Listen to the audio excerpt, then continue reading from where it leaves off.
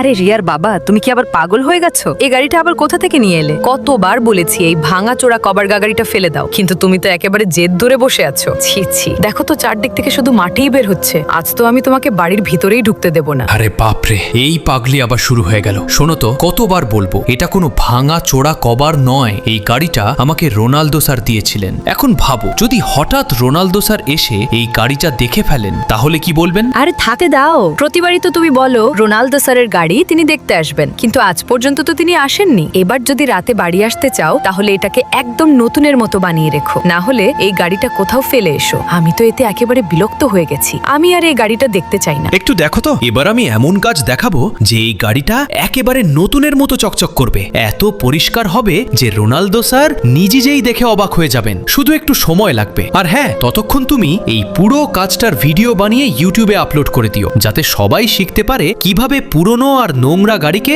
নতুন বানানো যায়। আরে রিয়ার বাবা, ভিডিও তো আমি আপলোড করি, কিন্তু তুমি তো জানো এই যুগে গরিব মানুষদের কেউ সাপোর্ট করে না। এখন ভালো মানুষ আর কোথায় আছে? যদি আমরাও ধনী হতাম তাহলে মানুষ আমাদেরও সাপোর্ট করতো। আরে পাগলি, এমন কেন ভাবছো? চিন্তা করো না, পৃথিবীতে এখনো কিছু ভালো মানুষ আছে। দেখবে আজ সব ভালো মানুষ ভিডিওতে লাইক করবে, চ্যানেল সাবস্ক্রাইব করবে আর কমেন্টে একটা লাল হার্ট কমেন্ট করবে।